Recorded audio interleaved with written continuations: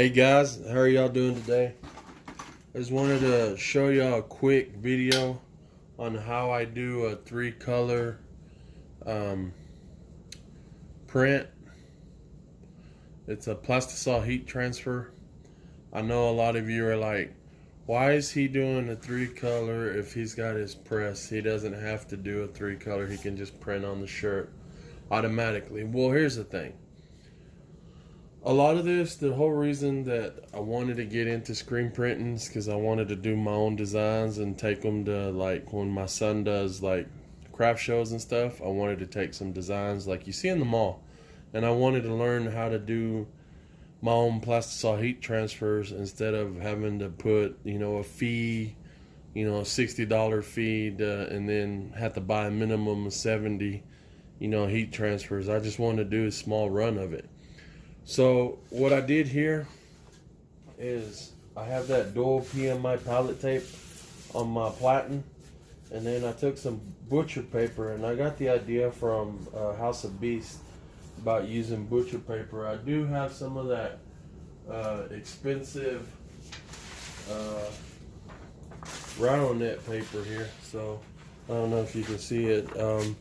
It's like, I don't know, maybe 25 sheets for like $20 or 100 sheets for $21, something like that. But I wanted to see about doing the cheaper route. But anyways, this is my interpretation of doing plastisol heat transfer. So stay tuned, guys. I'll show you how I do it. Now, I don't have the flash dryer, so what I'm doing is I'm using my heat gun, and I dry it enough to where it doesn't get on the bottom of the screen for the red.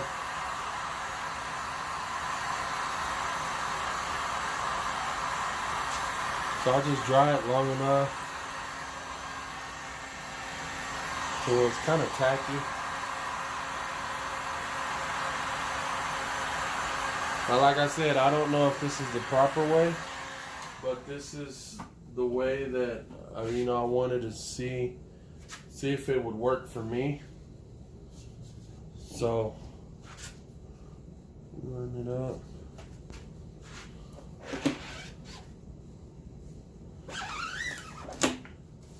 And so far,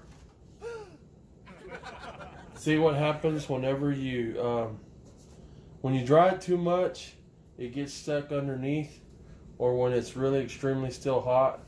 So this one messed up. So that shows you, that you can mess up on it.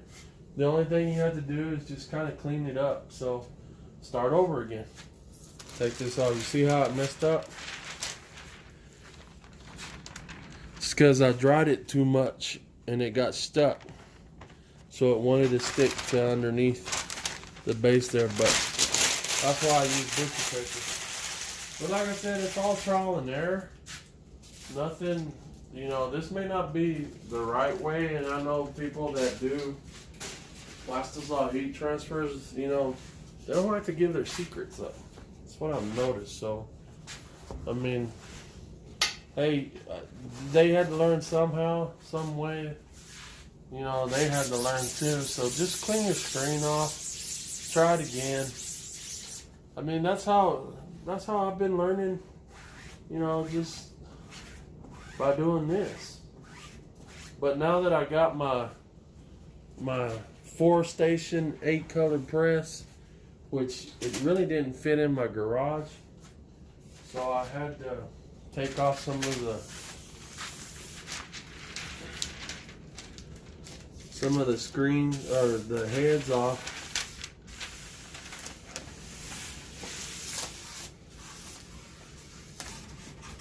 So it would fit. And there you go.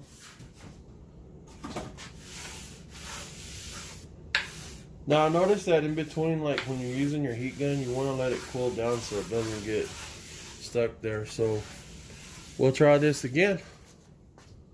Like I said, the trial and error. That's all it is.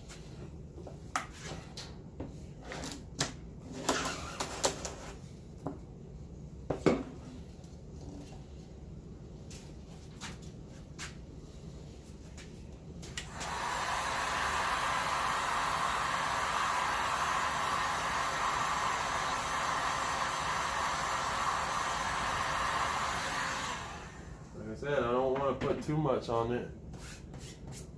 So line it up. And it came up again. I could already see it. I need to go easy on the screen, so one more time. We'll clean it off. Try again. Maybe what we ought to do is in between coats of using the heat gun,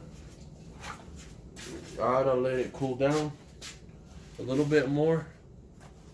That way, whenever it wants to come up, I don't get this black paint on here.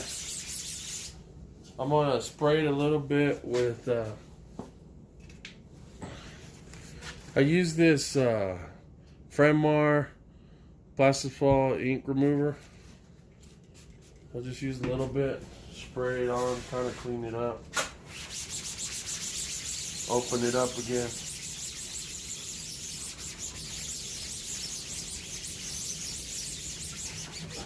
See there how it opened it up? I'm going to do the same thing to the black. Clean it up, open it up. See there? It's good to kind of open it up. Clean your screens through your runs.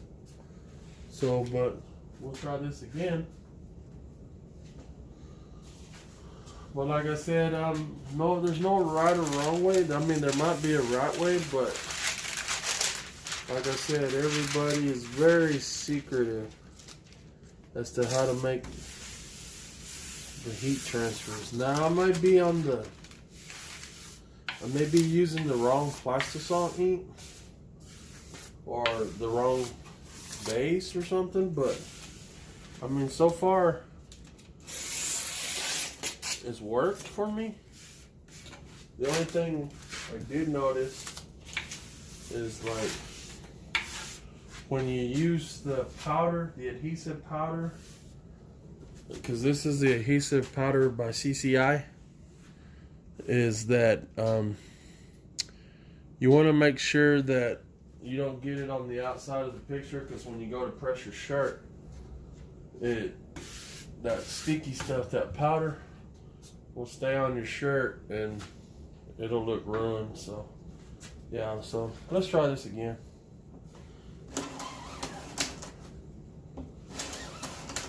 Okay, do my 2 passes.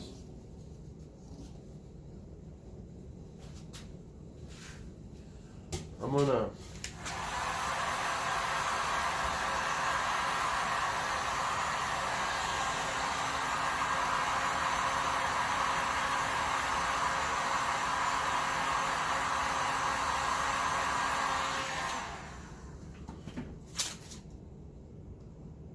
we're gonna let that cool down a little bit before I try it again. So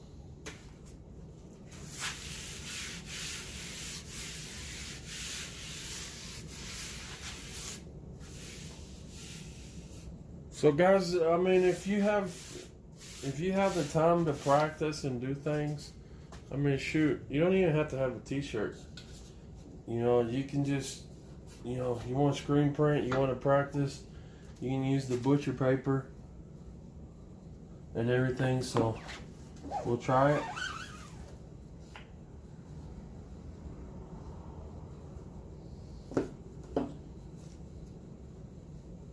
I think it worked that time. Yeah, it did. Worked that time. That was great. So yeah, just when you do the heat, like I said, I don't have a flash dryer, so having to use my heat gun to make it work.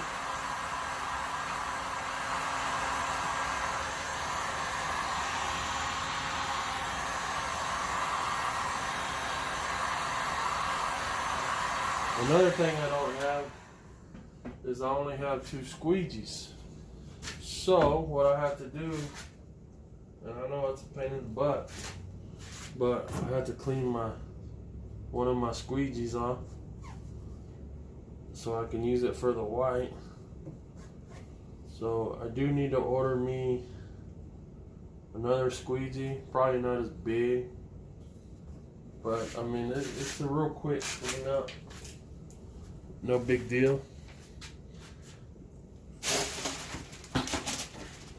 Same way I use that plastisol ink remover to clean my squeegees. It works great. And it's very inexpensive, like $13 or $15. So I have a place here locally that I can pick it up. So that's really great for me. So. But yeah, I mean, like I said again, this may not be the correct way to do this, but I'm tired of not getting a response or back or paying outrageous prices for a 3-color design. So I definitely didn't feel like paying $60 set up with a $75 minimum order. I'm not as big on the print shop, so I don't have that luxury. So yeah, get some ink going.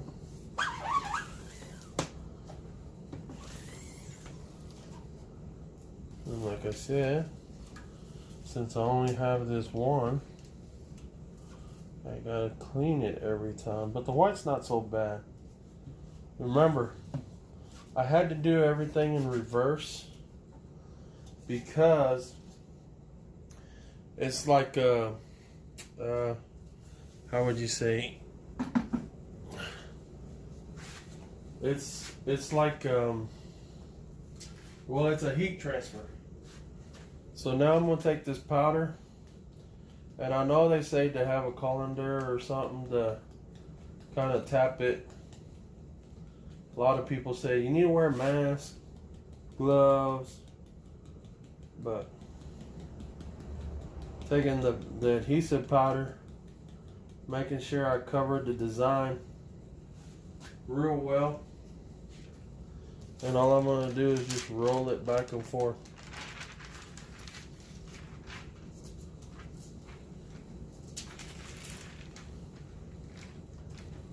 Because that adhesive powder is what sticks it to the garment, so you want to make sure it's covered. So once it's covered, all I'm going to do is just take it, pour it back in.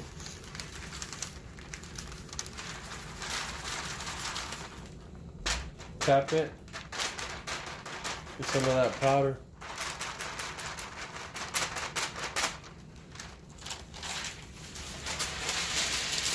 Take it off, remove the powder.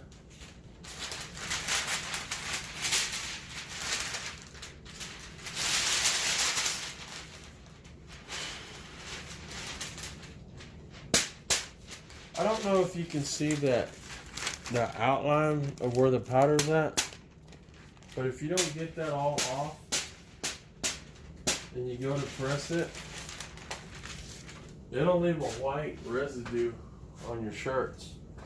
So all I do is take the heat gun until I kind of see it cure it. You'll be able to tell. You'll be able to smell it too. It's got like a weird smell.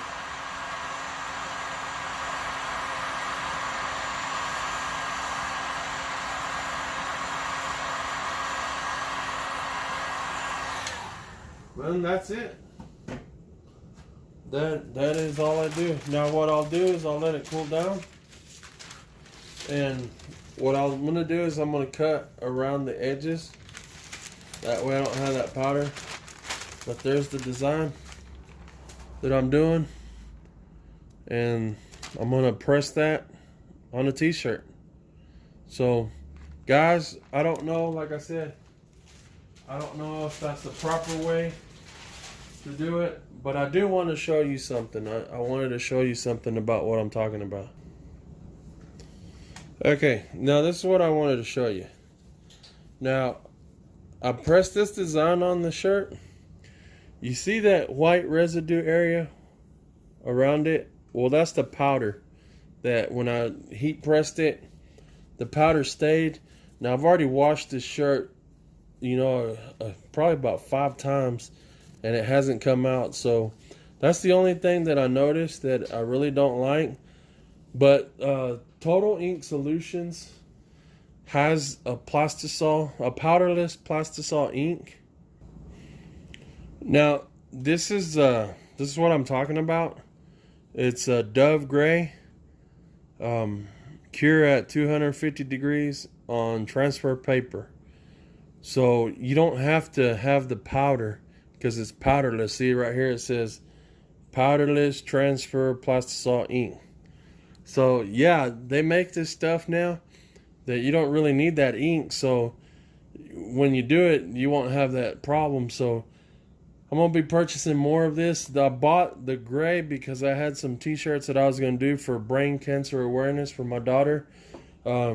So I don't know if many of you know, she has pilocytic astrocytoma. So, but yeah, that's what I was going to do. But guys, here's another one that I did. And like I said, it's already washed. But you see that white residue stuff? That's that. That's that ink. But see, look, stretching it.